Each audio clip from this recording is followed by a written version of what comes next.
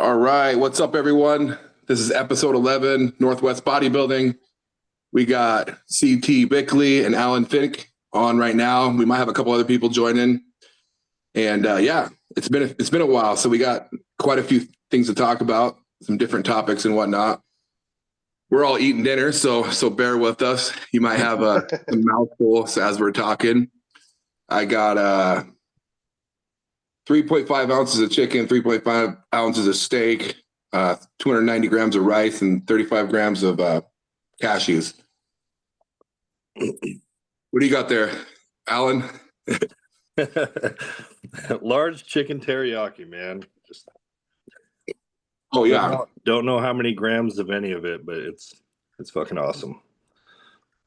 If you had to guess, what do you think? 10 ounces of chicken, probably what, like 350 rice? Yeah, probably 300 grams chicken-ish. No, they don't give me a lot of rice at this place, man, that I'm at, but probably 250. Yeah. And then Chris, what'd you say you were making? Some salmon, potatoes, and a salad? Yeah, I got 8 ounces of salmon. I would say probably like 400 grams of potatoes, and then a pile of Caesar salad. Nice. Couple of bodybuilders eating away. Awesome. So let's go ahead and start. I wrote down like probably 20 different topics that I thought of the last week, and we'll just go ahead and jump right into it. What did you guys think of the Arnold, man? That was a pretty fucking exciting show. I was really happy to see them reward Derek because he brought it. That was the best Derek has ever looked. And, you know, I've always been kind of hard on Samson, but for a good reason. He just didn't seem to come quite tight enough to secure that Arnold win. Whoever wants to go, we'll go ahead and go with you first, Alan. What did you think of the Arnold in the open division? Same input, man. I actually think that Pittsburgh is coming up, and it's gonna be sweet, man. That's gonna be an awesome show. But everyone was the same. I mean, had the same opinions, torn between Derek and Samson for the most part. To be honest with you, man, I thought Samson was gonna take him, but I don't know. I wasn't there in person. I've heard a lot of people on different podcasts talk about how he wasn't nearly as dry and just didn't look as good. So to me, it was just a little bit surprising, but I mean, deserving though for Derek for sure. Yeah. What about you, Chris? Honestly, I thought Derek, like Hottie and Phil Heath, brought a level of conditioning that just set him apart so differently from the rest of the guys on the stage that when he had Samson next to him, it wasn't that Samson I feel like was that different. I just feel like he was so on, and for both shows or for both the prejudging and finals, that it was hard when your eyes, like my eyes were gravitating. Obviously, Samson's got this big frame and like you see him, but the detail is like just pulled my eyes. Yeah, Derek. I mean, the way he was able to bring up his legs in a couple of months in between Arnold and Olympia, Aceto really nailed that. You know, and I don't know what they did differently or what they did there, but it looked like his legs just maintained so much more fullness. And so he didn't have that, you know, at the Olympia, it seemed like he had a little bit of an imbalance between his upper body and his legs. And at this show, his legs, I mean, they were up there with the best of them. I was also pretty impressed with Andrew. You know, there's certain shots that, because he's so tall and like, I don't think people realize how long Andrew's wingspan is. So he's like 6'2.5", but his wingspan is like a 6'7". So like his arms are so long, and like you hear a lot of these idiots online talking about him using synthol. I don't know. I mean, it is the pros and that is used, but I personally don't see any like blatant synthol use in Andrew.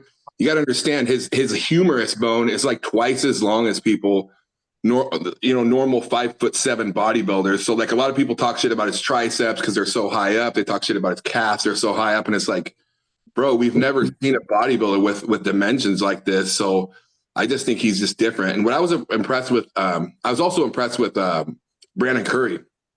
That was a good Brandon. I thought that was pretty close between him and Andrew, but where I was really impressed with Andrew, and I'll bring some pictures up here in a little bit when we get done eating, but I thought, and if you look at the back picture, like the back double and the back lat spread, I thought Andrew was beating Samson. Maybe not in the lower body, but in the back. So that was really impressive to me. But it was just a good Arnold. Did you guys agree with the placings? Would you have moved the placings at all? I don't. I guess let me ask you this: What do you think about Andrew overall going forward? Because he's so developed. I mean, you're right. He's huge. He's tall as hell, but he's big. I mean, the guy's huge. Yeah. So, like, what more can he do? Do you think to actually move up in the future? It's tough because, like I said, we all know we're all pretty tall guys. We're all 6 foot, and some of us 6 foot plus, and like you're automatically at a disadvantage. Like Samson's an exception because all of his limbs are kind of like lined up, and he's able to bring a 6 foot physique that's top of the line. But I don't know how much better Andrew could get. Maybe he could get bigger. I think he could just get slightly bigger everywhere. He did fix a lot of his posing, it seemed like. I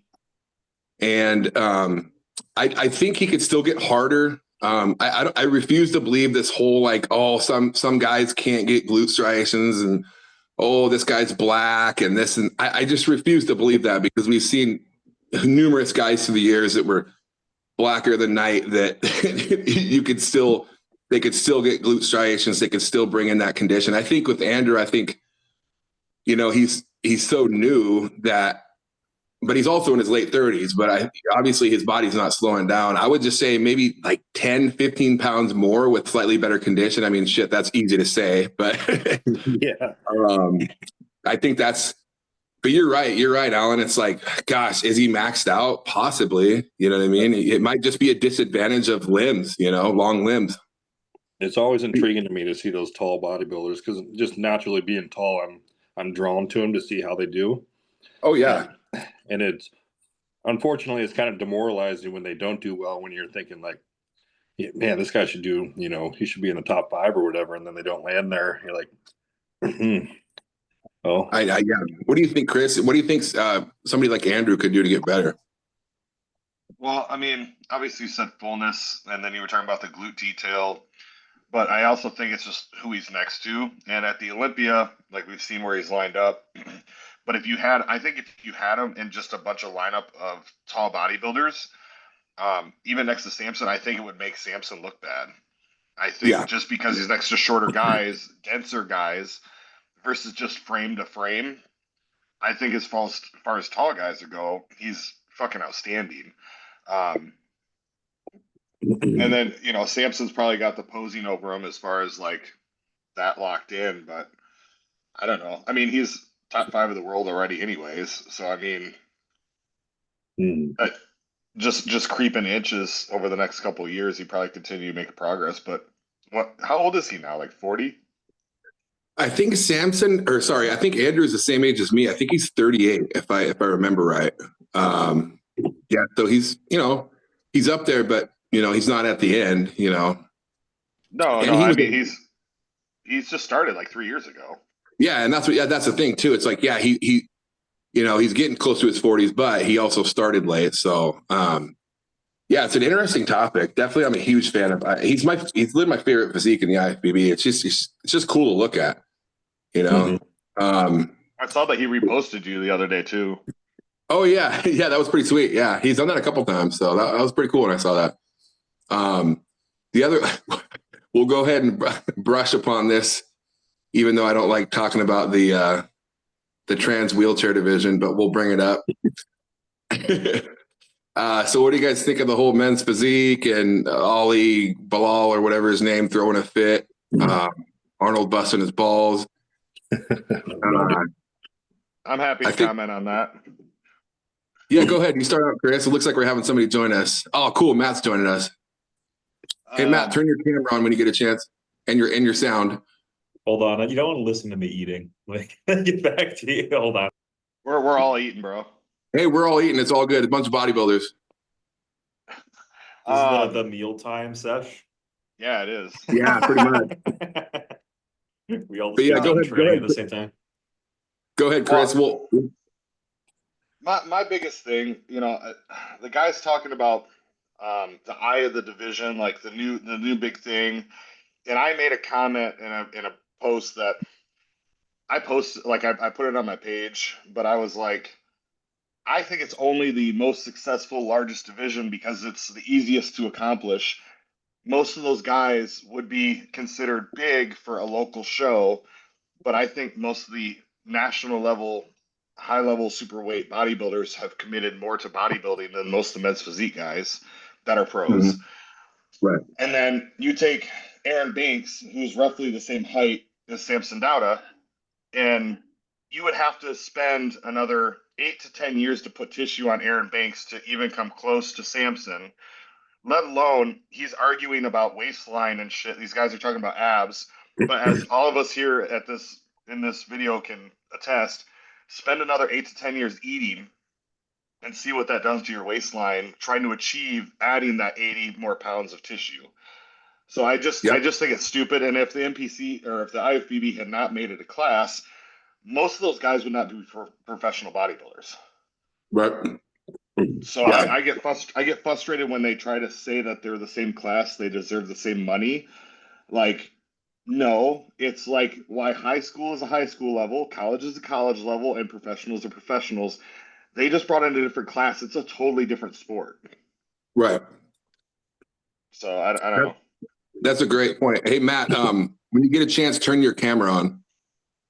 Well, I'm in my pajamas. Hold on. God, will you stop being so shy? Damn it. Hold on. But I was going to say, Chris, is that hot take opinion is that this hyperfixation on people's like quote unquote tight waists is like the dumbest shit that I've heard of since I got into bodybuilding. Like, I don't know why people hyperfixate on the waist so much.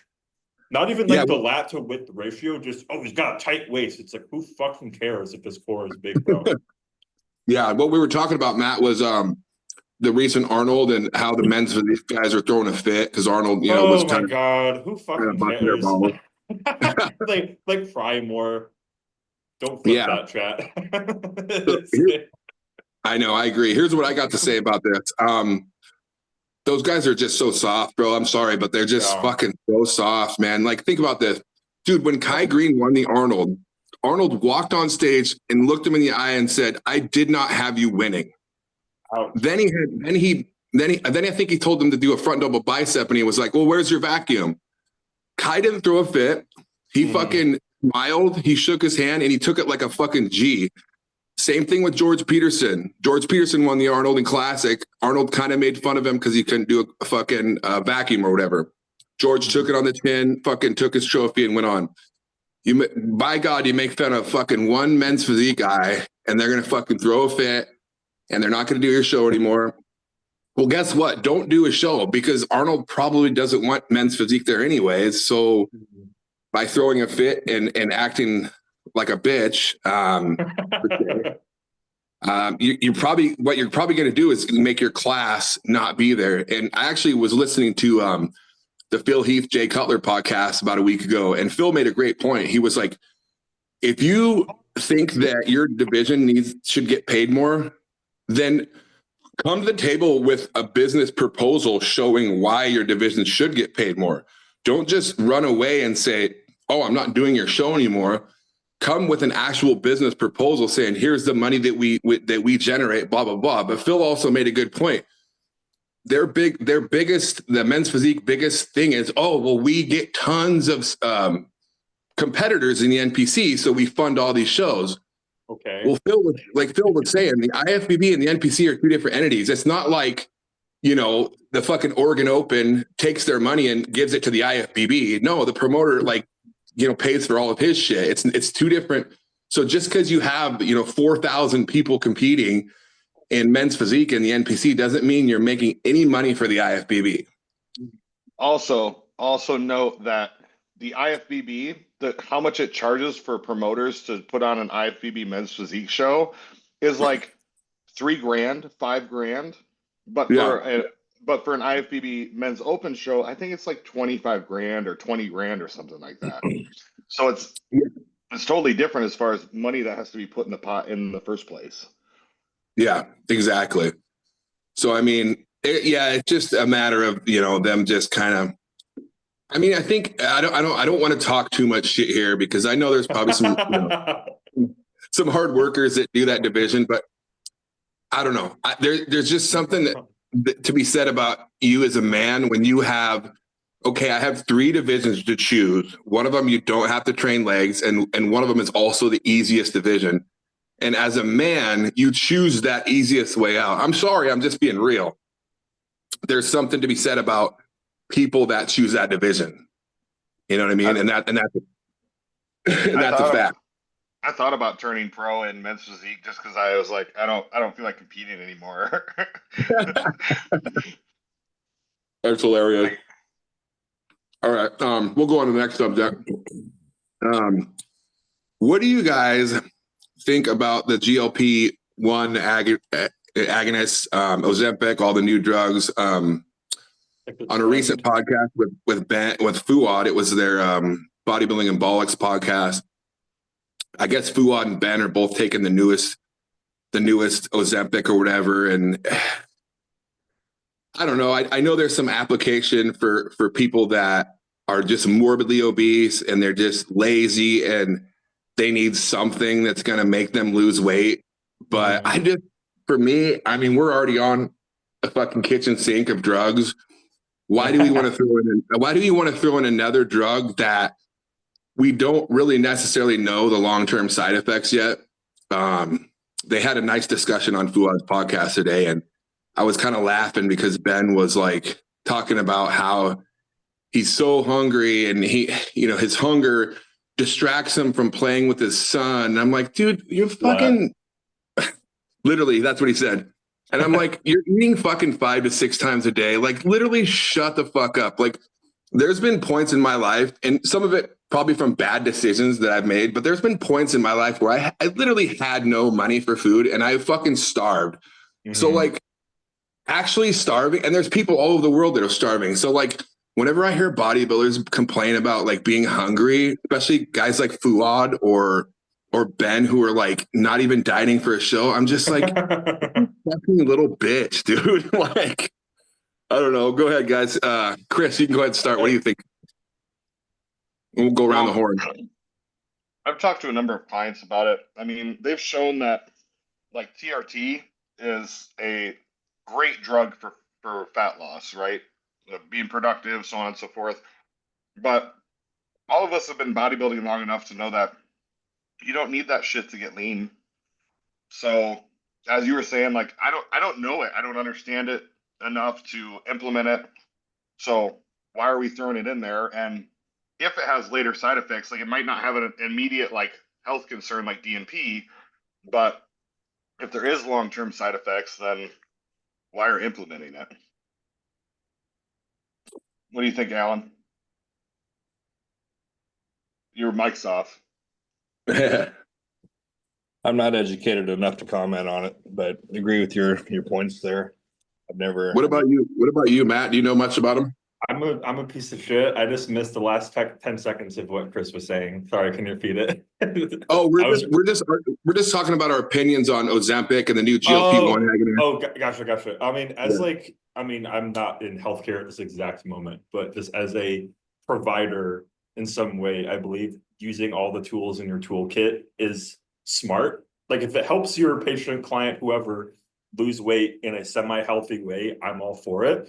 My issue is using it as the primary driver of weight loss or body composition improvement, et cetera, and not having the actual discipline or the habits to actually keep the fucking weight off, right?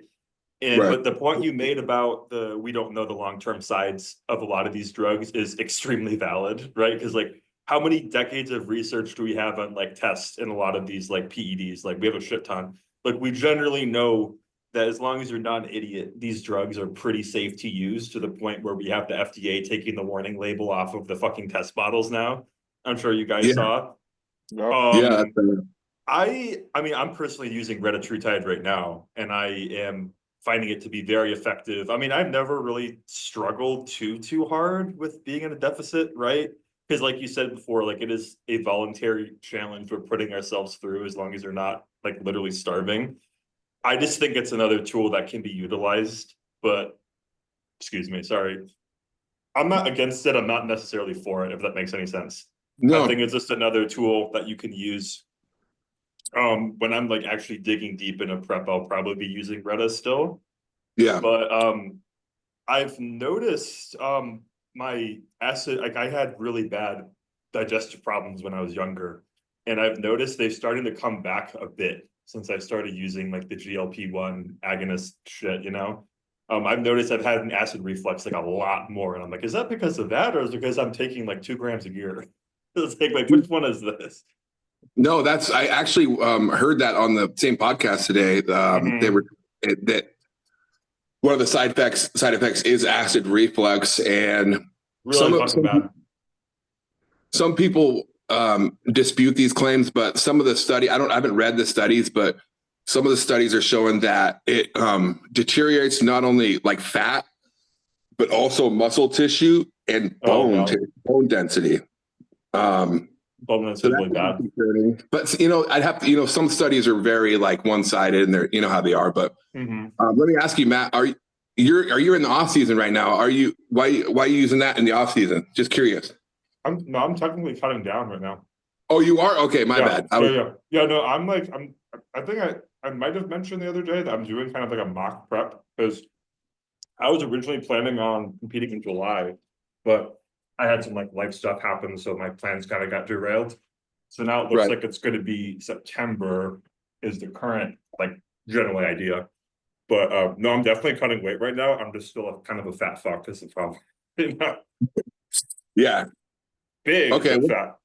No, I like having a different perspective on the podcast. So I'm glad you talked about your experience with it. You feel like it does help with like your hunger during the day? Dude, I don't even want to eat. It's crazy.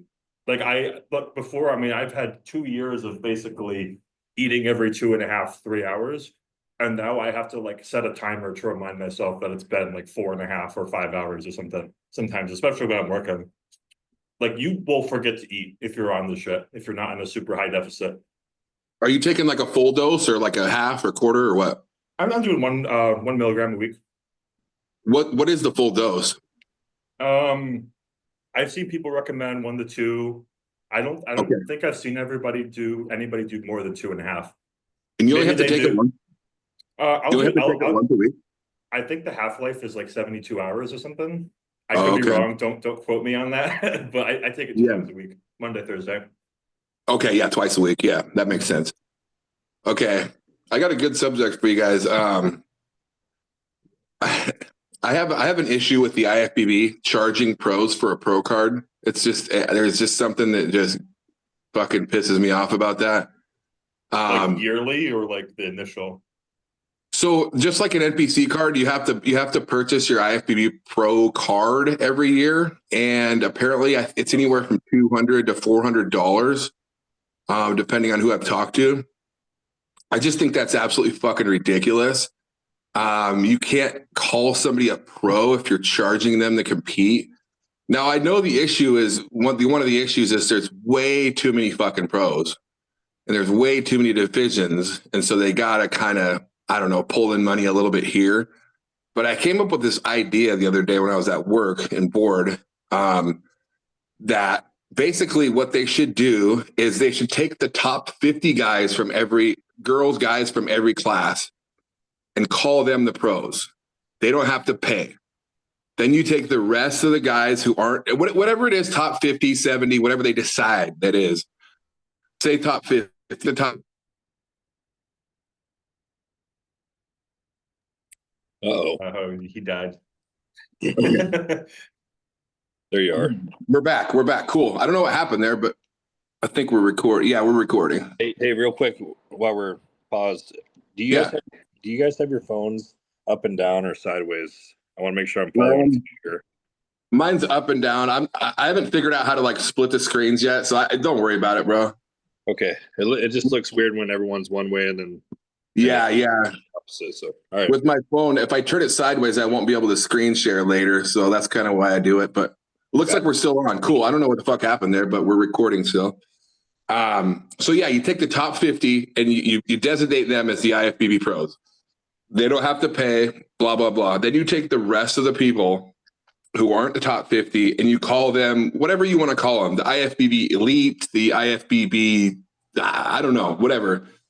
And then you have the NPC. I have an issue with the way it's structured. Like imagine if a fucking NFL guy had to pay to go play his game, or an NBA guy, or an MLB guy. And I know we're not generating money like that, but I just think it's a slap in the face to IFBB pros to say, hey, we'd love you to come compete, but hey, we're going to need $400. What do you guys think? Go ahead, Matt. You can go start. The first, so you brought me on here. I'm going to play devil's advocate a lot of the time. Okay. Because I love it. I love it. How would you dictate the top 50 though? By like Olympia placing, by top pro show placing? Like, how would you decide that? That's a good point. Maybe you could take the Olympia and say, okay, those are our top 15 guys, and then you just have the judges pick, whatever. Have all the judges in the IFBB, go through the guys' physiques and pick, okay, here's our top whatever Maybe guys. even by like the score, like maybe you even like average the score together, and whoever had like the is it the highest or the lowest score? I forget. That's how much of a bodybuilding fan. The lowest score is like golf. That's right. Yeah, so you would average like whoever has like the lowest scores, and you just like compare them against each other.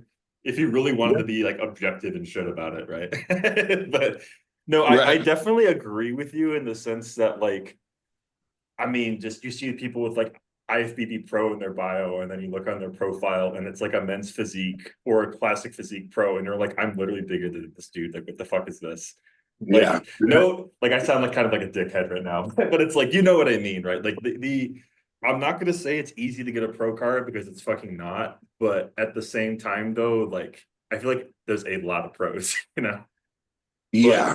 But I guess, no, this couldn't be the hot take opinion, is that if you're like in bodybuilding, I think that should stay exactly the same as it is now. But I think the other divisions should be a little bit more choosy about who is like a pro and who's not a pro, if that makes any sense. Like men's physique, classic physique. Oh yeah. The million women divisions that are out there that I don't even know the name of because there's so many. Good point. Go ahead, Chris. I'd agree with that. I was going to say that also the problem is that not only are you having guys play for the registration, but then they're also paying for registrations of every show. And then on top of that, they're paying for flights, like you're paying for all this stuff. Like they're versus every other professional sport, a lot of people are paying for tickets of flights and, stays at hotels and all this stuff, but you're just stacking things on top of things. So, and it's not even like you get a cool, like, metal Visa card that says you're pro. It's a piece of fucking paper. That's true. So, I don't know. I would think like the IFBB card, I'd be really excited if it even just came in and it was like a little titanium card. I'd be like, fucking sweet, Right. Why is it paper, bro? It's like crazy.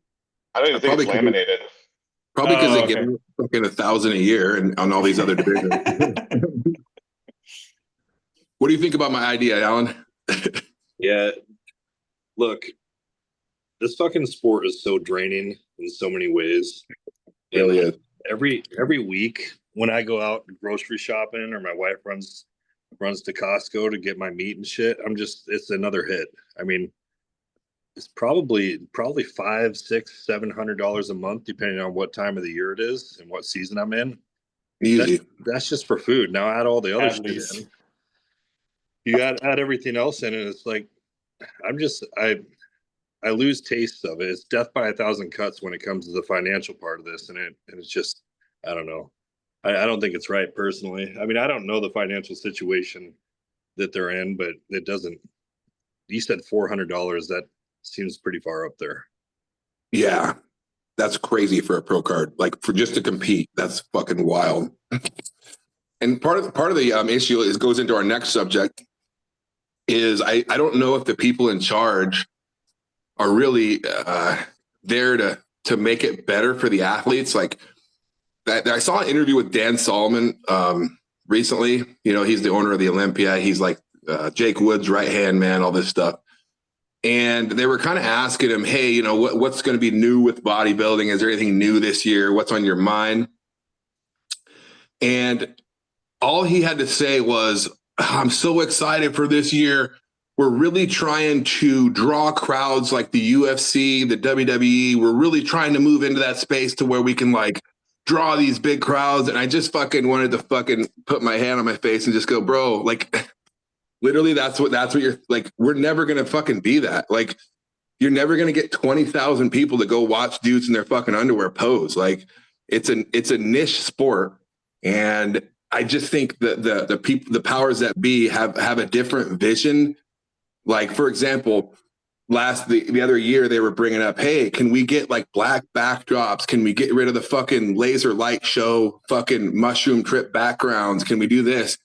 And they couldn't do it. That was just unfathomable. Oh no, we cannot do that. That's just, and it's just like, it kind of just goes to show like, are these guys in charge really, you know, trying to make it better for the athletes, or are they trying to get rich themselves and grow the sport in a way that, you know, and I guess for him, maybe he's thinking, oh, if we get more people there, then the athletes will get paid better or whatever. But I was just thrown off because everything they've brought to him, like, hey, we really want black backdrops. He just can't fathom that. So it's just, I don't know. What do you guys think about that? Well, I'll say something. I mean, they're not listening to the athletes. You know, they had this whole thing with Bob talking about being the representation of the athletes and all this stuff, and obviously that's a shit show. But you're not listening to the fans. I remember actually at the Arnold. I don't know if you guys watched the live feed, but they had the stage lighting facing the cameras, and so for the amateurs, so you couldn't see the amateurs on the stage because there was lights behind them. You know, if you were down in the crowd, you wouldn't see them, but as the live feed was pointing down and in, you couldn't fucking see. It's like, how do you make that fucking mistake for as big a production as it is? But yeah, I don't know. I'll say this. So I went to the 2017 Rising Phoenix in Phoenix, Arizona, where it's like all the women's only show. Mm-hmm. And I would say those shows for the female bodybuilders actually give a shit about bodybuilding much more than these regular mainstream shows, because they absolutely do know that the women's bodybuilding is a niche. Like, absolutely, they just accept it. And so they do a good job of just making it a bodybuilding show. And they're not hyper fixated on trying to be everybody's. It's like the kid that's trying to be friends with everybody at school. It fucking never works out. So why not be just committed that we're a bunch of fucking freaks? Like we are. Like if you walk around in general public, especially if your shirt's off at the beach, people are gonna fucking look at you. Like, doesn't mean they want to pay, you know, $400 at the Olympia to go see a fucking show. Like, it's not like that. So I don't know. That's how I feel. What do you think? What do you think, Matt? I got the last part of it because I was getting my camera up. Sorry. No, that's all right. We're just talking about like basically, you know, Dan Solomon's the leader of or one of the leaders of the IFBB, and instead of making the pro leagues better for the athletes, like black backdrops and better stage lighting, better live streams, simple things like that, he's more fixated on. His recent comment was, "Oh, I want to draw crowds like the WWE. I want to draw crowds like the UFC," and it just frustrates me because it's like, dude, we're never gonna. That's not bodybuilding. We're such a niche sport. You're never gonna get 25,000 people to come watch dudes in their fucking underwear pose. You got to understand what it is. You know? So we're just kind of frustrated with that. No, I agree with you, because it's hard enough like explaining it to like your family or like your girlfriend or whoever, you know, let alone like to a mass audience. Like it is like a niche thing at the end of the day. So catering it like it's a stadium sport just like kind of doesn't fucking work. Or it does on like the very, very like a very accepting audience. But I mean, how you talk to any bodybuilding fan, you talk to 5 different bodybuilding fans, you're gonna get 5 different opinions. as you know. Right. But I agree with you, like actually catering it to the athletes, having a plain background, like actually have good fucking lighting for one. Like I've seen amateur shows that are better than the pro shows in terms of the lighting, in terms of just like the overall presentation of the athletes. Like you watch your average Olympia stream nowadays, and it feels like you're like if you're epileptic, I'm like, don't watch that. You're gonna have a fucking seizure, man. Literally, that's literally me. It's wild. What do you think, bro? Cater the athletes, man, all the way. These guys put in. Have you ever been up to Vancouver Pro? No, I haven't. They don't have open bodybuilding this year. That's sad. I went up there to watch Stu last year, and it was in this old rundown high school auditorium. And it was just a reminder to me that it doesn't matter like whether you're at the amateur level or the pro level. It's not a thing. It's not a thing people like. And the crowd was tiny, and it was frustrating when I left because these guys that are up there on stage. I mean, John Jewett was up there. There's a whole bunch of people, and I was just like thinking to myself, these guys devoted their lives to this, or a huge chunk of their lives to this. And you guys know just as well as anyone else that it's 24/7. There's no on season, off season, take breaks, go on vacations, enjoy life after the season's over, whatever. And these guys are doing that year after year after year, and then they go spend their 5-10 minutes on stage and it's over, and there's no one there to recognize it. It's just, I don't know. It bothers me because I love the sport and I know how much it takes. But to your guys' point, when you walk around, people look at you funny, and they're just, sometimes you'll get a, hey man, you look great, but that's it. People aren't coming to see you in underwear. They don't want to see that shit. It's always funny seeing like the juxtaposition of going to like, let's say like a pro show like that with a relatively small audience, but then you look on the Instagram post and it's like 50,000 likes and like 10,000 shares and stuff like that, where it's like the sharing of the thing on the internet is infinitely more than the actual event itself in person. Well, have you guys ever? That's a good point. Have you ever showed you're just talking to somebody, you haven't known them for more than 5 minutes, and you show them a picture of you on stage because you don't think, right? You're used to fucking looking at it all the time. I did that on the airplane on the way to last week. I was talking to this guy, and he's like, "Oh, my son likes the, he loves living in the gym." He was asking me all these questions, and I was like, "That's cute." He's like, "When did you compete?" And I was like, "Hey, here's a picture of it." And you could just, I forget that a normal person is like, what the fuck is that, dude? And his reaction was just quiet. There's nothing. I was like, oh, that's awkward. Go ahead, Chris. Something that you said, Alan, that I actually think is a really cool point that I think would be to start depicting to younger guys looking to be in the sport. Bodybuilding is a sport where guys are peaking and just turning pro at the age that in every other sport people are retiring. Yep. That's how much time has to be put into it. Good point. Yeah, you have your genetic, elites, guys like Stu or Ryan or Justin Scira, guys that just have a great propensity to build muscle, and they're absolute machines. There are those guys that can go pro, in 5-6 years. But you're right, Chris, the majority of people, I mean, you're 10, 15, 20 years deep by the time you actually get a pro card and you're on the pro stage. So isn't Justin on the older side too? Like I thought he didn't start till he was like in his late 20s. He started late. Yeah, he started late, but he jumped in. He's 37. I think he's a year younger than me. Yeah. That's fucking crazy, dude. I know, right? That's wild. I guess it tells me that there's still hope for me. Exactly. We're young, god dang it. I actually was talking to Ryan at the gym today, and he said that Stu and Justin Scira are doing, you probably know, Alan, maybe Texas and Florida, those two shows. Actually, I don't know. They were talking Chicago, and then I heard Chicago's not having open. That was the thing. Ryan was telling me Chicago was shutting down the open part. So, or I don't know if the show's shutting down, but.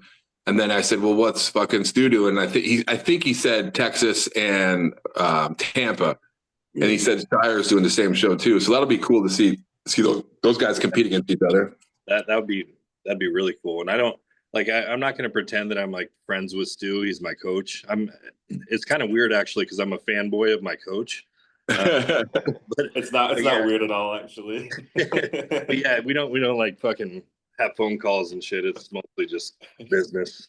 Yeah, Stu's an interesting dude. Like I'm not like friends with him either, but I did spend a little bit of time with him when he was living down here in Portland before he left, went up to Seattle, and now he's down to Texas. But he's an interesting dude. He's very cynical, but he's very like fun at the same time to be around. I don't know.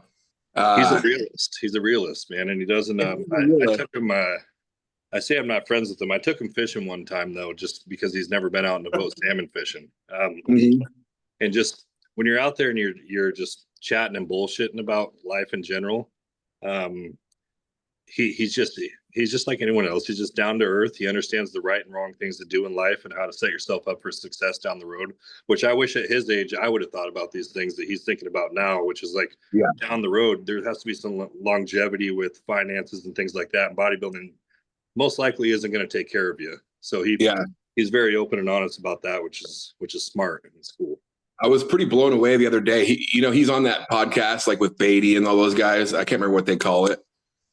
But on the Fit Nation, on the recent podcast, Stu said some wild fucking shit. I was like shaking my head the whole time. So they were talking about the men's physique thing. And these fucking guys were like taking the side of the men's physique guys. They were like, yeah, like blah, blah, blah, like fuck Arnold and this and that. And Stu was like, oh, Ollie's just standing on business. I'm like, fucking standing on business by tucking his tail and running.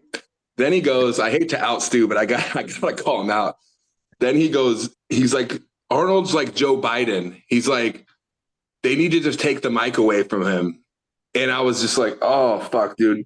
And then Colossus Ken was like, man, that's fucking Arnold's show. Ain't nobody taking Arnold's mic away from Arnold. Arnold's a fucking legend. Like, it's his show. And I was just like, oh, Stu, I hope Arnold never hears that. Like, shit. He was like comparing Arnold to Joe Biden and saying he needs to shut the fuck up. And there was only one guy that was kind of like, bro, like kind of get him to stop. But I was just like blown away. He must have had a bad day or something. But I'm gonna have to turn it on tomorrow. Yeah, if it's still up, then check it out. It was weird to hear like 5 open bodybuilders taking the side of the men's physique guys. And then one guy, Colossus Ken, who's always like the voice of reason when he's on that show, was the only one going like, man, Arnold could do whatever the fuck he wants, bro. Like, that's Arnold. You know what I mean? Like, so, but hey, you know what? The one thing I do like about Stu is he ain't fucking afraid to say shit. Like, he'll say what the fuck on his mind. Oh, shit. We'll go into the next subject here. Why does Dorian Yates constantly shit on modern bodybuilding? What's his deal? What do you guys think? I'm not getting him that. Uh-oh. I honestly wasn't familiar that he did do that. So I don't really pay too. Okay, I don't want to say that. What does he say? So I'm a big consumer of fucking all bodybuilding media, and he was on Rogan's podcast. He's been on many podcasts, and he's on about a lot of little short clips. And literally, when he was on Rogan's podcast, like, dude, that's your time to kind of advertise your sport, tell everybody what it's about, and all that dude had to say was, nobody trains hard anymore. Nobody's conditioned like the 90s. I would beat everybody. Nobody would fucking come close to me. Nobody would come close to the top 10 in the 90s. It's just every time he's on any type of media, he just fucking shits on anything modern. And it's like, first off, Dorian, you're not going to shows. You don't come around anymore. You're not part of the if you did, you would see that there's a lot of fucking talent and dudes are peeled as fuck nowadays, especially the classic guys. I just think it's a shame when you have these legends, but you got guys like Jay and Phil and Ronnie who are like, they're great. They still evolve. They still talk good about the sport, but certain people, man, they're just fucking, you get old and nobody's trains hard anymore, and everyone's pussies nowadays. And that's basically what Dorian says. That's him in a nutshell nowadays. It's old head talk, basically, is what it is. Yeah. Yeah, it's just kind of sad to see because the reality of it is, yeah, the guys in the 90s were in pretty good shape, but if you go show by show, I mean, half of them were out of shape, and it's same as it is today. You know, like some guys were nailing it some shows, some guys weren't. He seems to think that everyone was peeled out of their minds, and there was one when he was on the Rogan podcast. I think it was Phil's last year winning or something like that, and I think they asked him, the Mr. Olympia now, how would he do in the 90s? And he said he wouldn't even make top 10. And I just felt like, man, Dorian, Phil would fucking destroy your ass, first off. Sorry. Like on your best, the best Phil would destroy the best Dorian. Well, you could argue Phil is like objectively the best bodybuilder ever. Right. You could make an argument for that. Yeah, I think Phil and Ronnie are tied, in my opinion.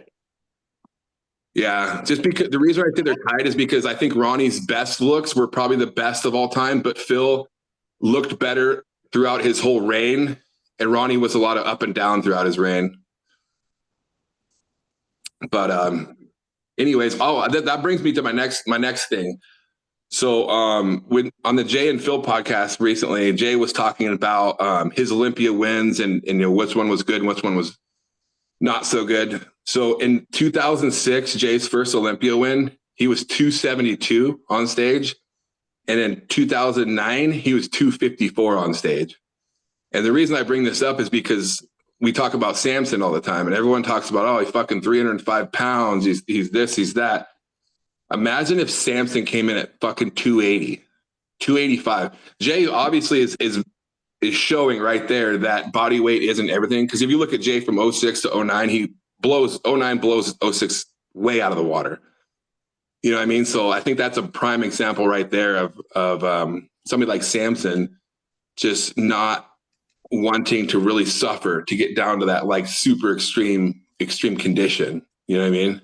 Well, I have a thought on this, and I feel like whether it's the dark skin guys or whatever, but I've had this perception of conditioning, right, and body weight. Obviously, guys can get. I just talked to a guy recently that he got up to like 260 in his off season, and now he's about to be a light heavyweight, and he was bitching because he had abs towards the end of his off season at 260, but the way that people put on body fat, especially if they're eating clean, if you've ever seen the marbling and like Wagyu steak, you know, everybody that just eats like shit, they put on like that thick outer layer on their body versus if you put it on slow and methodically and with whole foods, it's like the Wagyu steak effect where you don't look like you're putting on that much body fat, but your weight is going up.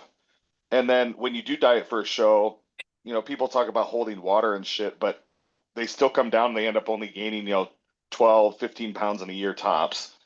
And so the guys that like you just said, Jay was like 270 on stage.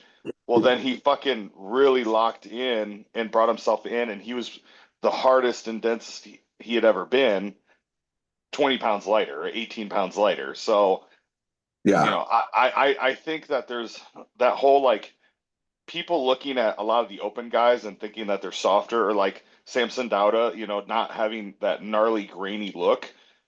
Well, it's because he's holding that extra body fat intramuscularly, like weaved in through the muscle fibers, rather than continuing to diet down and continue to nail it in. That all these guys could look like that. I mean, hell, I mean, we even point out Ronnie and looking at his fucking crazy ass glutes. Like all these guys are capable of it. Yeah, that's a good point about Samson, because like you look at when he does like a side chest, he doesn't like there's no like striations in his chest. You know what I mean? Yeah, I just think that these guys can get a lot harder, and they're lean as shit. I mean, they've got a fuck ton tissue more than ever, but you know, it's the same conversation as the Ronnie thing. It's like, or not Ronnie, Rami. You know, what if they were able to diet for another 10 pounds harder and be able to pull off that. CK. Sorry, Chris. No, I was no. watching the screen. I'm trying to pull up Alan and fucking I fucked his name up. So this was your last show, right? Yeah, that was Oregon. That was when Bro, your proportions are fucking awesome, man. Yeah. What's that? I said your proportions are fucking awesome, bro. Yeah, thanks, That's man. great. They're just all too small. Well, that's everybody's problem. Yeah. So you did the Oregon Open? Yeah. Oh, that one. That's the one that Dylan won. Yeah, I knew that was Dylan's show from the get-go, man. I just again, that 6 foot frame is just not filled out enough. Not even close. Oh yeah, and Dylan's just on a different level, dude. That guy's a fucking freak, dude. That doesn't mean I can't beat him one day, all right? No, seriously, not at all. I like the Dorian side try on you. That looks good. Yeah, I was digging that also. Yeah, is this currently right now or? Yeah, the on the right there, that's current. I just stepped off the scale at 293 and went out. Damn. But that's afternoon weight. That's not right. I don't know about you guys. I fucking hold a lot of water, period. Just I gain 10 pounds throughout the day, 10 to 12, sometimes up to 15, and then I'll drop down to 10 pounds. I'll drop 10 or 8 overnight, just getting up and taking pisses. Literally me too. Yeah. Same. I think your shoulders might be your best body part, dude. Yeah, it's kind of a bummer right now, man, because my left shoulder, I fucked it up last October, and that was when I was kind of in that weird state of I don't know if I'm going to keep doing this or not, and I said I'm not going to, and it's still messed up. I got a PRP shot in it when I got my knee done, and I got a blood clot that built up in it, and it hurts. It hurts so bad, dude. I couldn't move it for 4 or 5 days. And then I went back in and they sucked the blood clot out, but it's still fucked up. So that's a hilarious picture right there. Yeah. Was it like a trauma or what happened with it? No, the PRP process, it's supposed to clot, but I mean it fucking clotted and I could feel the lump on the outside of the shoulder. No, I mean like the initial what caused the shoulder. Dude, the crazy thing about it is I was just warming up with flies, like 20-pound, 25-pound dumbbells, and it fucking just popped, dude. It was the weirdest thing, and it hurt so bad I couldn't lift my arm the next day. So I went in. That fucking sucks. I'm sorry. No, MRIs, X-rays, all that shit. There's nothing. They can't see anything, so I just got to let it heal. The problem is I don't take enough time off of training to actually let it heal. That's the hard part. Yeah. Damn, you were peeled there. That was the Tansy, right? Yeah, that's a picture from Stu's phone, actually. He was out in the crowd on that one. I thought I looked like shit when I was up there. because the crowd wasn't really screaming much. And then I went backstage and Stu met me back there and showed me the picture. And I fucking teared up a little bit because I was like, dude, I've never been this conditioned before. This is awesome. That was when I first met you. You looked fucking great, man. Yeah. Your back's fucking pretty legit too. Back and shoulders are probably your best body parts, maybe. Yeah. Yeah, the funny thing is I messaged Stu last week and I sent him a picture from last year and a picture current of my back shots and he was like, "Yep, not much improvement there." Damn.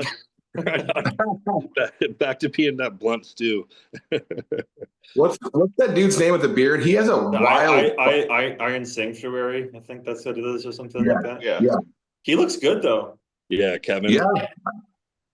I didn't know he has he has like 500,000 followers on Instagram. Yeah, he's pretty popular out there. TikTok, Instagram. Yeah, good for him. I don't have the fucking patience for that. He's a lot bigger than I thought initially.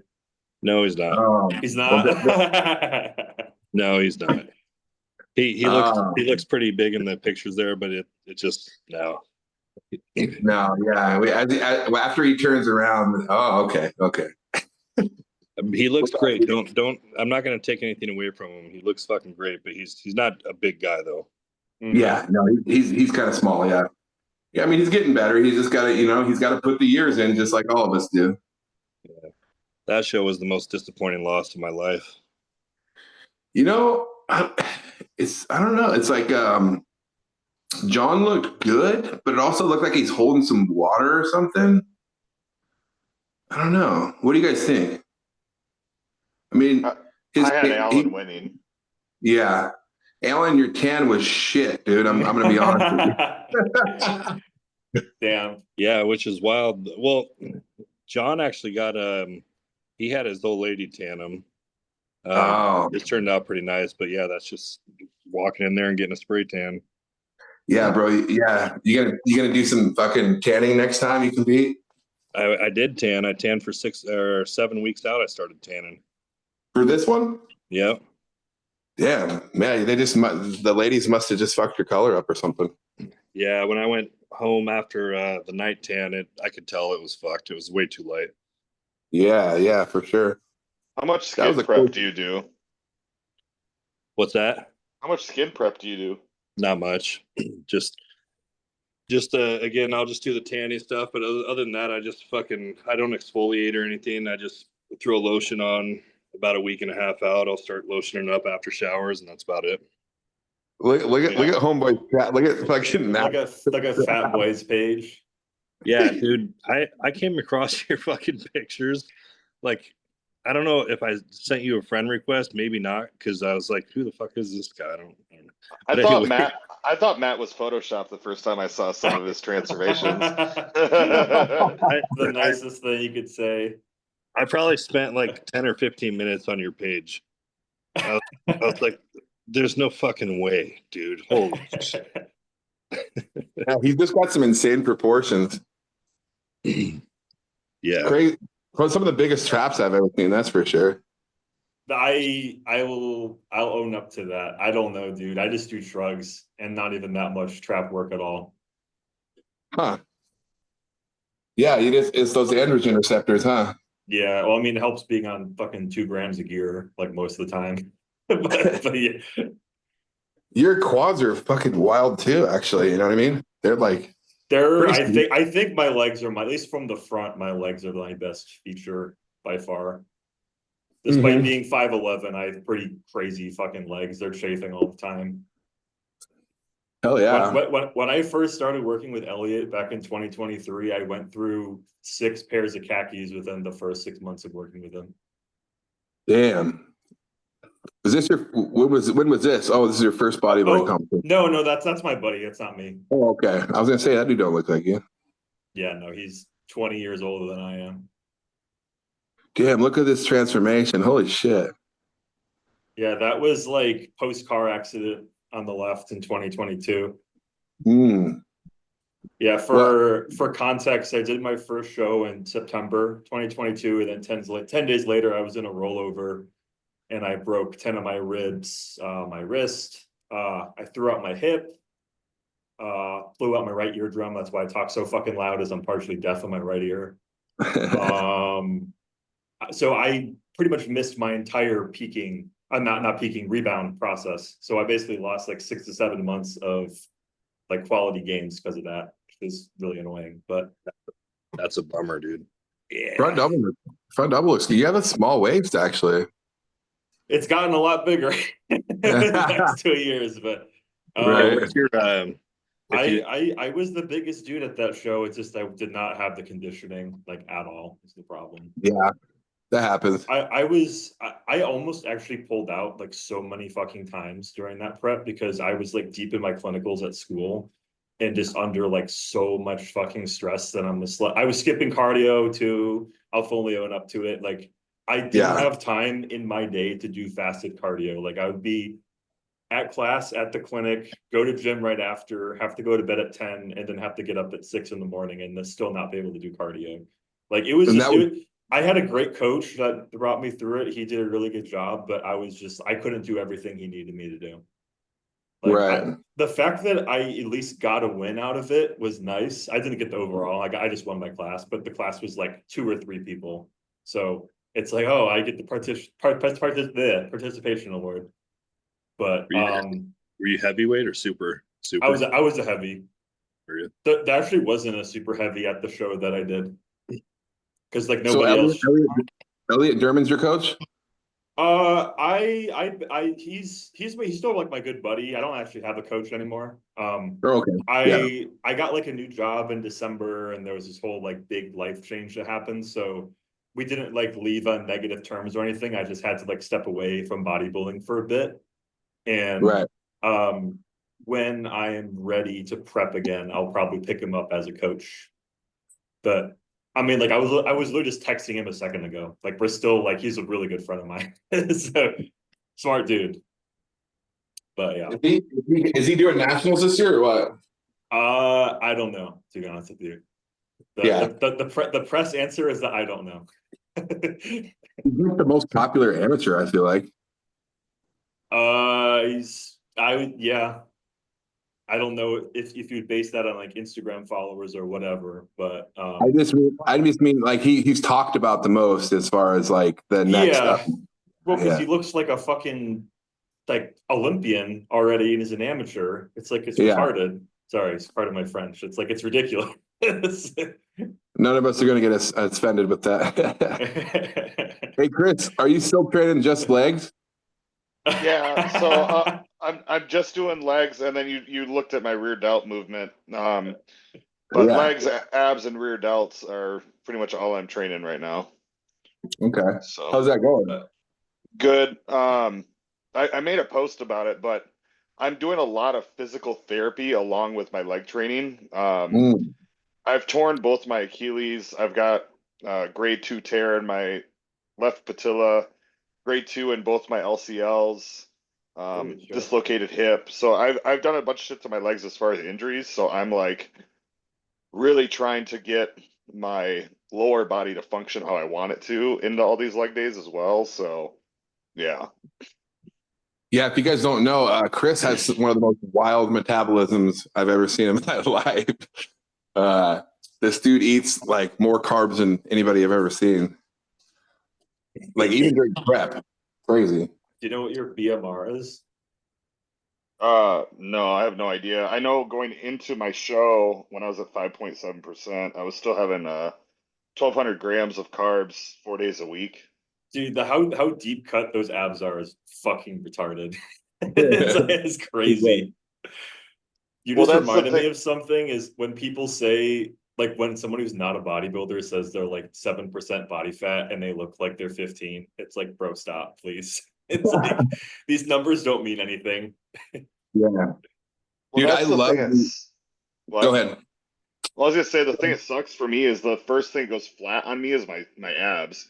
So when I get on stage, if I'm not full as a house, my abs like don't even look like they're there. Huh.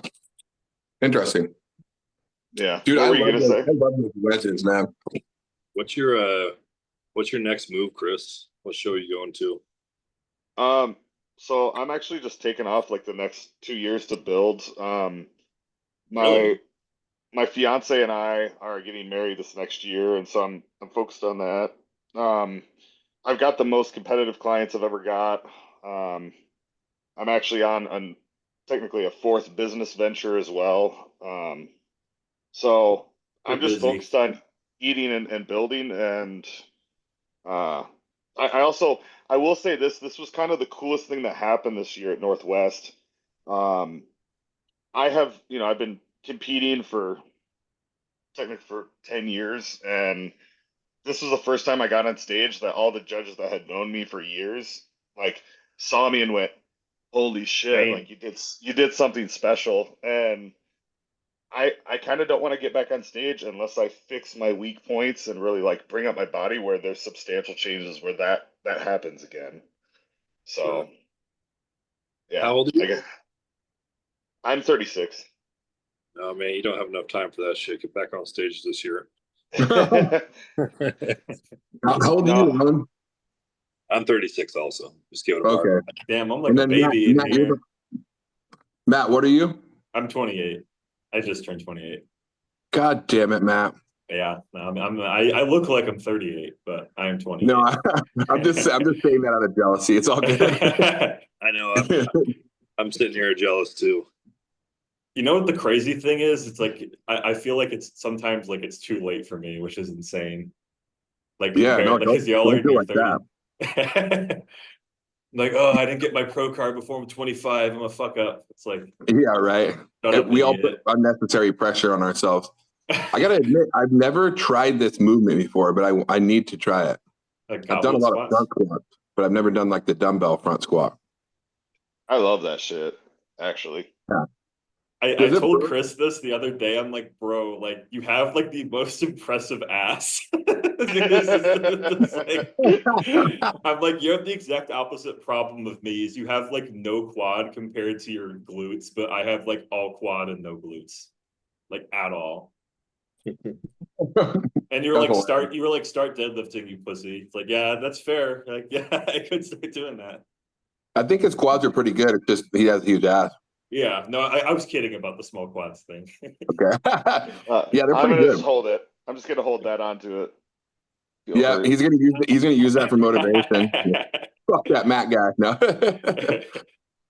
No, I think your quads are good. Like and you know, like you just need more like a more sweep to them and more adductor. Just but like the muscle is there and the insertion's there and the separation is good. But So what? I'm preaching to the choir. You know what you're doing. Well, so the funny thing is, I actually want to do a video with my wife. When we sit at dates across from each other, she's 5'2", and when we sit down, we're eye to eye. But then when I stand up, I'm like, a foot taller than she is, Mm-hmm. and my legs are that long. You So do have a really short torso and long legs. Now that I look Mhm. at it, yeah, Is how tall are you, Chris? I'm 6 foot. Really? Yeah. yeah, he's the same height as me, Really? dude. What the fuck? What's wild about that, Chris, is I have the exact opposite. I have like a really long torso and short legs. Yeah, and those guys always end up have good quads. Fuck you guys. Yeah, Both of y'all are taller than me. That's fucking right. crazy. But then I end up having fucking a weak ass lower back though. That's the problem. Yeah, I You know feel what I it. mean? Yeah. I can find it. Matt? What's your next show? I was planning on July originally, but then I won't get into the whole thing now because I'll be yapping for like 20 minutes. But I had to like, I don't even know how much I can say. I basically got let go from what job I was doing before. My whole office basically got let go about like a month ago. So that pretty much derailed my entire competition plans, like from a financial standpoint. So I'm thinking September of this year, maybe. Like I'm already kind of cutting down, like I'm doing a prep, but I'm only doing it if I know like financially I'm like 100% set and can do everything I need to do and more. Because like that's the last thing I need to do again is like going into fucking credit card debt to pay for a show, you know? Especially with like my student loans starting to kick in again in May. So like if you're paying like 2K a month in student loans, then you can't really make bodybuilding work, you know? So Yeah. tentatively, let's say September for now. I'm planning on a show in September. Right on. But I don't think I was planning on the Ty Pope Classic, which is a show here in Central Florida, but that's in July. But I don't think that's happening now. Yeah. You're a chiropractor, right? Or that's what you went to school for? That's what I went to school for. I am not currently licensed in Florida as a chiropractor, though. I'm kind of moving it away. I'm kind of moving away from it, if anything on my Instagram or post history where people can tell. I actually have a big interview on Wednesday for a new job. I'm currently the coach for my buddy, Dr. Rizzo, who is a chiropractor up in Crestview, Florida. Like he like sends his patients and clients out to me and I like help them out. But I'm not like adjusting any patients or anything doing like that anymore, unfortunately. Justin might have the best set of arms calves combo in the Dude, IFBB. he's fucking crazy, man. He's on another level. I don't even know how you get your arms that big. So I competed with Justin at his first show. I went against him, and I was so butthurt. Like I had done like 7 shows or 8 shows, and then for me it was supposed to be like a big year for me, and then to stand next to him and find out he was like yeah, I don't really know shit that's going on. I was like, dude, you look fucking amazing. Fuck. Was that at Emerald Cup? No, that was at Cascade? no, out at the Pacific Oh, the small show, right? yeah, Pacific Coast. Yeah. Right. Wow. I remember him when he busted on the scene, and I was like, "What the hell?" Like his arms were so big compared to the rest of his body, but like you could tell He's everything was there. bubbly. He's bubbly Yeah. like a black dude. Like seriously. Oh, that reminds me of my next point I was going to bring up. While we're looking at this, I'm over here eating the rest of these fucking Girl Scout cookies. I just finished the bag. But anyways,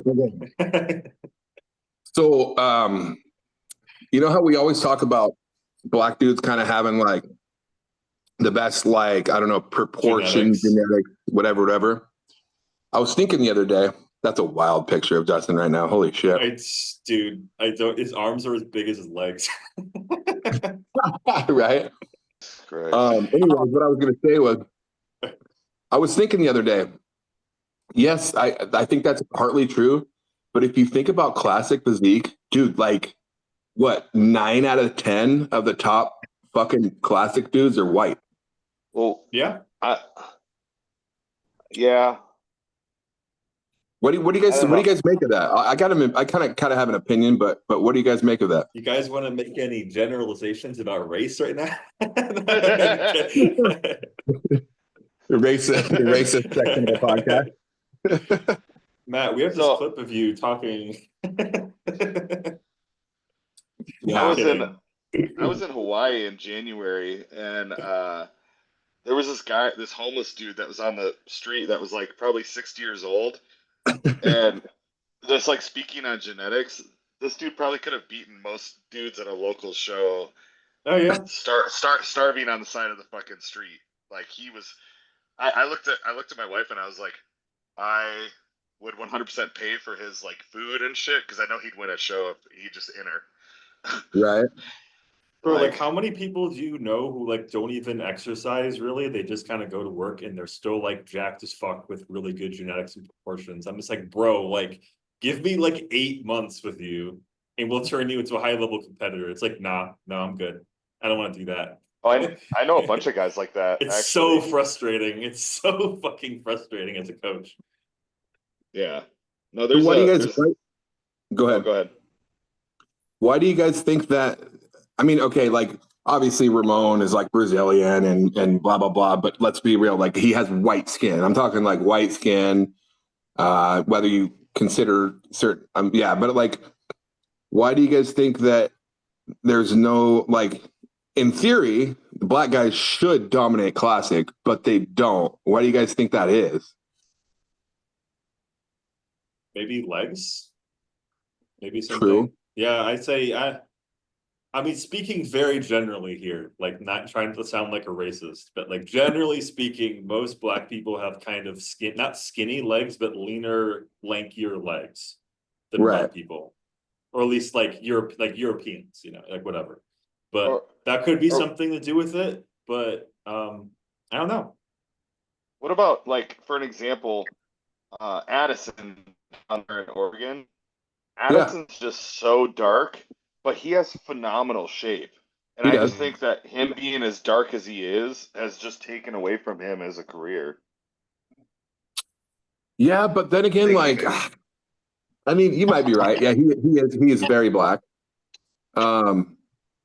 But I don't know. I mean, I don't know. Ryan looks fucking awesome. I love Ryan. So cool. Ryan does look good. I truly believe that Ryan's a future top 10, maybe even higher guy. He fucking has everything, dude. I thought he was open when I first started following him. He is open. Oh, he is open. Okay, I thought he was. That motherfucker ain't making no classic weight cuts. I was gonna say. I honestly think that Ryan could be the best bodybuilder in the Northwest and be better than Stu and Justin if he feels his potential. I mean, that they all three have wild potential. I think Stu has the least potential just because of his back and it's just the way his back is structured. Justin and Ryan just have a little bit of everything, and Stu, his back double bicep is like very compact and not very wide. But Ryan has everything, man. He's I just talked to him today. He's doing Cali and Legion, so he's like 9 weeks out. So Ryan and yeah, Ryan and Justin both have a waistline too. exactly. Yeah. Stu pulls a good vacuum, but his waist is kind of a little bit wider. Yeah. I wish Ryan would. I wish he would raise the tripod up because it looks like you're looking up at him and you can't see his proportions as good. Because I saw a picture of him last summer standing next to Stu when they were down south training and they were outside, and it looked like a completely different guy. Because you're right, dude. You're 100% right. Because like that lat spread, his arms look kind of small, but in reality, his arms are fucking massive, dude. They're like 22 inches, like cold. He needs to raise that tripod up like 1.5 feet. Yeah, I mean, look at his arms there. Like they're huge. I'm gonna tell him that though tomorrow if I see him. Every time I see his pictures like in that room, I'm just like, man, just raise that damn thing up so we can see that. Yeah. I would. It sounds like Stu and Justin are going to be going against each other this year. I would love to see Ryan jump in those shows just so we could figure out who the best in the Northwest is here. But when was the last time Ryan competed? Dude, it's fucking been a long time. When he won his debut. This is debut, so it's been like 2 or 3 years.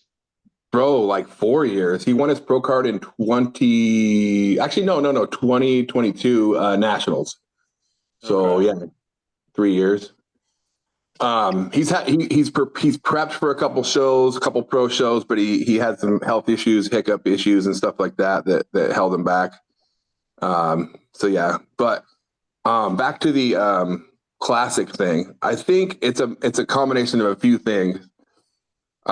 Classic physique is dominated by condition, and we all know that black dudes tend to not come in condition as well as white dudes. The reason for that, you could debate many different reasons, but and then also maybe they tend to I don't know, maybe they go more to men's physique or open bodying, but I was thinking the other day, like, about that at work, like going, that's so weird that, there's only maybe, maybe two, but Breon's going to 212, but like Terrence Ruffin, he's one. And then Breon are like the only two guys that are in the top 10 in classic.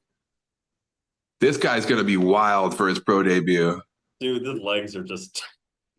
Yeah. When I did North Americans and got 7th, this guy won the overall, and he's a super nice guy. Bro, but look at that, hamstrings are bigger than his quads. Yeah, I mean he's like 5'7". He'll be right in there with the hotties and the Derek once he gets enough size on him. Yeah, here I got a couple. What's that? I think to the classic topic there, I also think it's just the pool of competitors at this moment. Maybe if you wait, 3 years from now, it could be a total shift in direction. It's not like there's a lot of guys out there with some great genetics that go to the gym that I'm at right now, and they don't compete and they don't have any plans to compete. But I'm looking at them and I'm like, man, if you wanted to put yourself through it, you would do really good. But you don't. Yeah, it's just a matter of who's out there, I guess. Yeah. That's a good point. Hey, I got a couple. Hey, Rob. Go ahead. Yeah, I gotta head out, bro. No problem, buddy. Down. Hey, thanks for coming on. Thanks for coming on, Chris. Yeah, guys. You too. Great talking to you guys. Yeah. We'll end it here. We'll end it after. We'll do one more question here. Let me look through what I got here. Oh, here's a good one. We'll end it with this one. What is your favorite physique of all time?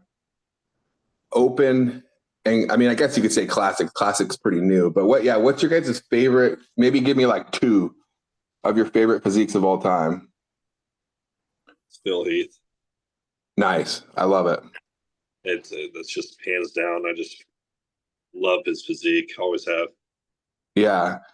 Give me one more, Alan. If you could throw one more in there, who would you throw in? It'd be the freaking mass monster, Ronnie Coleman. Nice. Good call. The two best in the world. Can't go wrong with that. I think it's pretty common to hear that. Yeah. This guy's from down here. He's doing a classic show today, Jesse Strand. He's pretty good, man. He's grown a lot in the last couple of years. That conditioning is fucking crazy. Yeah, he's bringing it. I wonder how he did today. I'll have to look. But what about you, Matt? Give me a top 2 of all time. Who do you got? I mean, the safe answer is Ronnie, right? I mean, like come on now. Yeah. Of all time, it's such a hard pick to pick all time. I really like Branch, man. Like, I know he never won the Olympia, but like, I fucking love Branch's physique so much. And he's a very big inspiration of mine. I mean, it's like, you could say Jay, you could see fucking Dorian minus the modern stuff, but it's just, I'll go with Jay, actually, Jay for number 2. That's pretty safe, I'd say. Nice. Yeah, let's see. You know, I'm gonna give you 2. I'm gonna do one for retired guys and then modern guys. That's a better question. Yeah. Go ahead. Give me. If you guys, give me the opposite of what you guys haven't done. No, you go. You go first, though. You go first. Okay. 2 that. I mean, honestly, it's tough to. I know I hate to go, copy, but I grew up a huge Jay fan. And then a Phil fan after that. So I gotta go with the 2. And Phil's from Seattle too. He played against my brother in high school basketball. And really? Yeah. And you can't go wrong with Phil. And then Jay, like when I started bodybuilding, I just consumed all of Jay's content, all of his Swollen Monkey videos, all of his DVDs. I've read his book like 3 times. Jay and Phil. And then for modern guys, I would probably say I'm definitely gonna say Andrew Jack, like we talked about earlier. He's just a fucking freak and he's 6'2". And then trying to think of like the top 10 right now. Oh yeah, Hottie. I absolutely love Hottie. Yep. I think his work ethic is hands down crazier than I've ever seen. It was so funny the other day. Those comparison videos where they're like they'll show somebody lifting like the 90s and then they'll show like the modern guy lifting. Mm-hmm. It had like the Jeff Nippard starts at the edits. Exactly.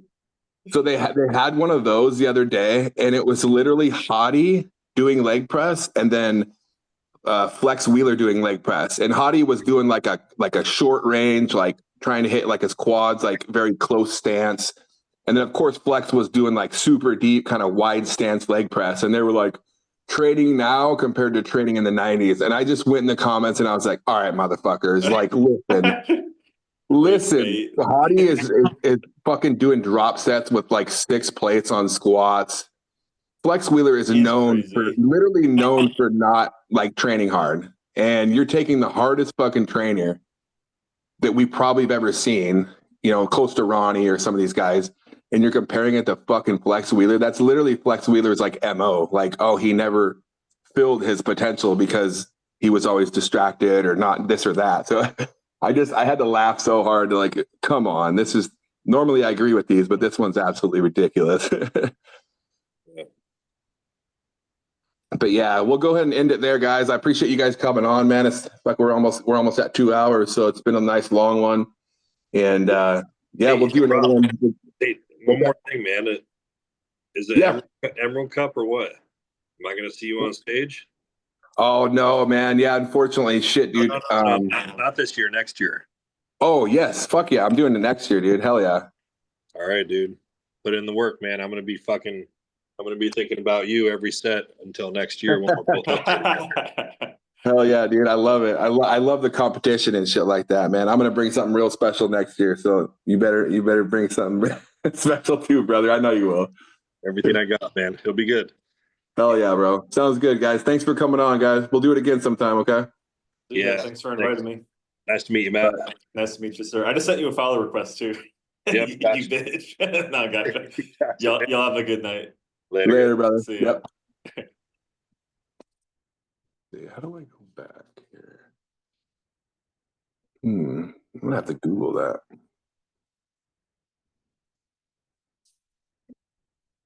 Zoom.